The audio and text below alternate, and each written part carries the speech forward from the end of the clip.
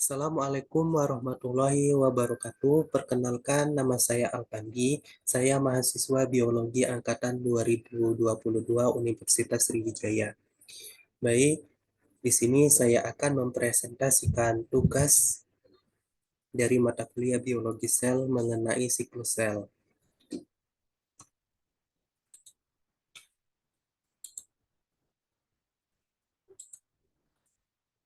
Baik, ini adalah PPT-nya mengenai siklus sel.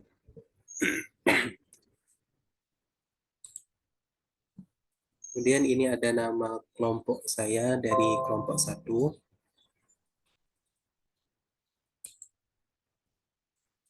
Nah, di sini kita akan membahas mengenai pengertian dari apa sih itu siklus sel.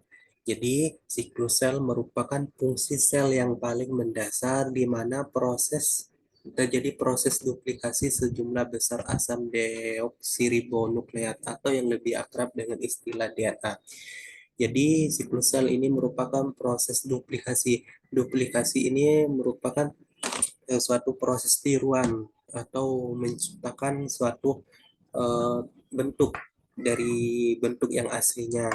Jadi proses tiruan bentuk dari DNA yang asli. Nah, apa sih DNA itu? DNA merupakan molekul yang mengandung menyimpan informasi genetik, yang mana informasi genetik tersebut bisa diteruskan secara turun-temurun. Kemudian siklus sel berlangsung secara berkelanjutan dan berulang. Proses ini disebut dengan proliferasi. Diketahui bahwa proliferasi memerlukan transisi unidireksional. Apa sih transisi unidireksional ini? Maksudnya yaitu perubahan atau penyesuaian. Jadi diketahui bahwa proliferasi memerlukan proses perubahan atau penyesuaian dan teratur dari satu fase siklus sel menuju fase berikutnya agar berhasil. Kemudian tujuan dari siklus sel ini untuk menggantikan sel yang mati. Maksudnya menggantikan sel yang mati yaitu balik lagi ke pengertian siklus sel bahwa proses siklus sel ini merupakan proses duplikasi. Jadi sel yang ada ketika ia mati dapat digantikan dengan siklus sel organisme yang sudah diduplikasi tadi. Kemudian sebagai perkembangan pertumbuhan organisme. Siklus sel pada sel eukariot merupakan suatu tahap kompleks meliputi penggandaan materi genetik, pengaturan waktu, pembelahan sel, dan interaksi antara protein dan enzim. Oke, kita lanjut masuk ke tahap-tahap siklus sel. Nah, tahap siklus sel ini terbagi menjadi 5 tahap. Yang pertama itu ada G1. G1 ini maksudnya GAP1, di mana ini merupakan proses pertumbuhan sel-sel, pertumbuhan sel-sel. Kemudian dilanjutkan dengan S. S ini merupakan kesingkatan dari kata sintesis, di mana di sini akan terjadinya proses replikasi sel-sel. Kemudian dilanjutkan dengan proses GAP2, yaitu proses persiapan pemisahan sel. Setelah itu akan dilanjutkan dengan mitosis. Mitosis ini kita akan menemukan yang namanya 4 fase, yaitu profase, metafase, anafase, dan telofase. Dan setelah itu dilanjutkan dengan proses terakhir, yaitu fase pembelahan atau disebut dengan sitokinesis. Oke, kita masuk berikutnya. Nah, tahapan siklus sel dibagi menjadi 2 fase, yaitu interfase dan mitosis. Interfase, tahu nggak itu apa interfase? Jadi, interfase ini merupakan tahapan di mana sel anakan, suatu sel anakan baru, hasil pembelahan, dan juga fase kedua yaitu fase mitosis. Siklus sel pada interfase ini ditandai dengan terjadinya pertumbuhan sel. Jadi diawali dengan pertumbuhan sel, dan penyalinan DNA.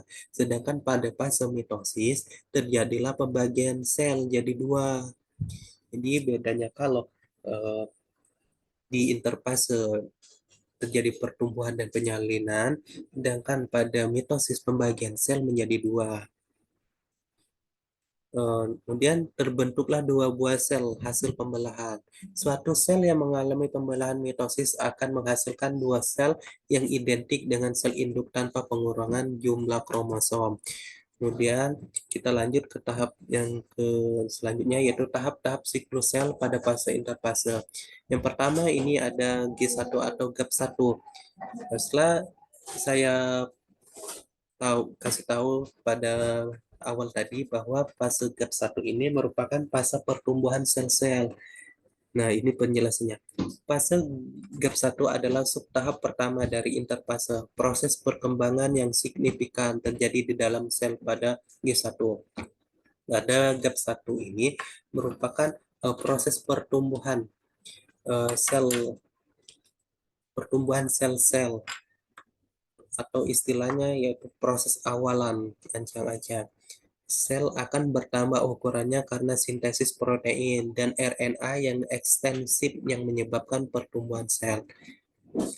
Kemudian, durasi sel bervariasi sesuai dengan jenis organisme.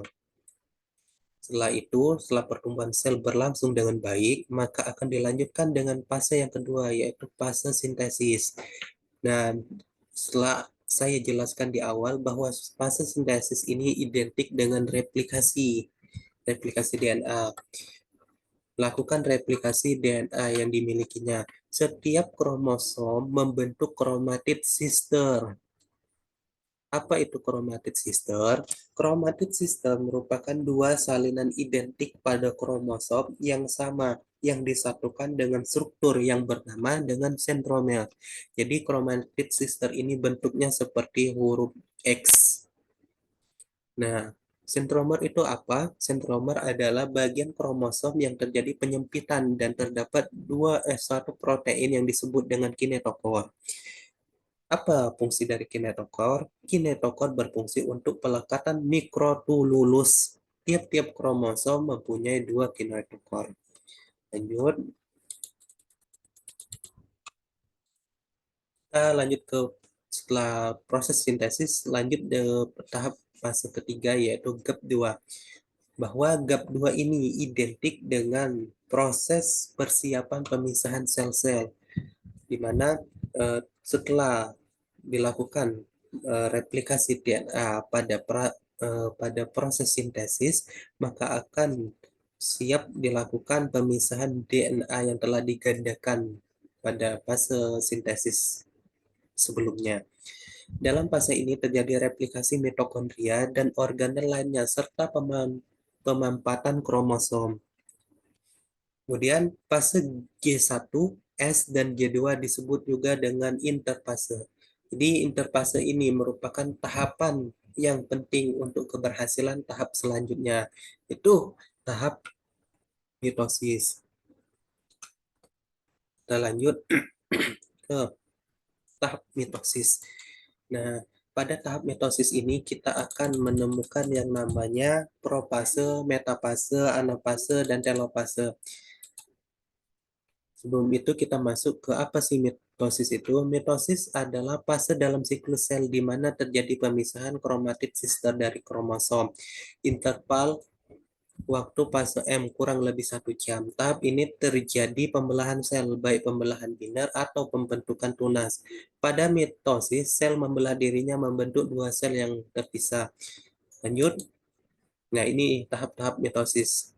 Yang pertama itu ada tahap profase. Ini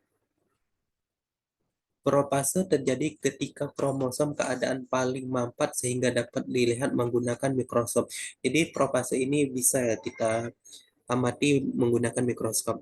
Dua sentriol nih yang terbentuk pada fase G2 masing-masing menuju ke kutub yang berlawanan.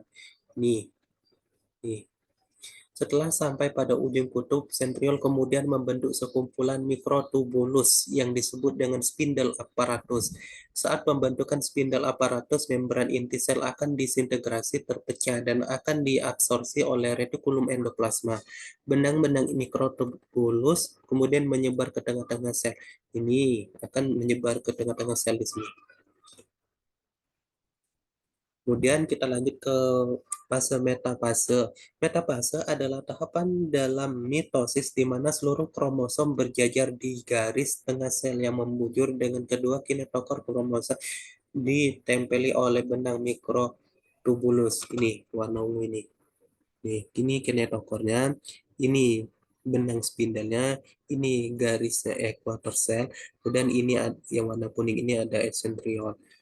Kemudian yang ketiga itu ada anafase. Anafase merupakan tahapan terpendek dalam mitosis. Pada anafase, sentromer kromosom yang telah berjajar di tengah-tengah sel akan membelah menjadi dua, memisahkan kromatid sister. Nih, ini ada kromatidnya. Ini ada benang spindalnya. Kemudian ada telopase. Telopase terjadi setelah masing-masing kromatid yang ditarik mikrotubulus pada kutub ikatan mikrotubulus pada kinetokor akan lepas. Mikrotubulus kemudian dipecah menjadi monomernya yaitu tubulin. Tubulin tersebut selanjutnya digunakan untuk membentuk sitoskeleton sel. Membran inti mulai terbentuk membungkus kromosom yang baru dihasilkan. Nih, terpisah dia telopase. Kemudian yang terakhir itu kita masuk ke tahap sitokinesin. Sitokinesis yaitu fase pembelahan. Jadi pada atau fase terakhir dari siklus sel. Nih, sitokinesis atau C adalah fase dalam siklus sel di mana terjadi pembelahan sitoplasma pada suatu sel sehingga terbentuk dua sel baru. Yang kita tadi, nih, dua sel baru. Setelah terjadi mitosis, sel memiliki dua inti pada kutub yang berlawanan. Organela yang juga telah direplikasi pada metafase juga akan menuju kutub mendekati inti sel. Ada sedikit perbedaan pada sitokinesis yang terjadi pada sel hewan dan tumbuhan. Sel hewan tidak memiliki dinding sel, sedangkan sitokinesis terjadi karena adanya kontriksi filamen aktin mengakibatkan adanya belahan di sekitar diameter sel. Belahan tersebut semakin meluas hingga terbentuk dua sel baru. Berbeda dengan sel hewan, sel tumbuhan memiliki dinding sel. Demikianlah presentasi mengenai siklus sel dari saya. Saya minta maaf bila ada kata yang salah. Kepada Allah saya mohon ampun. Saya akhiri wabillahi taufik wal hidayah. Wassalamualaikum warahmatullahi wabarakatuh.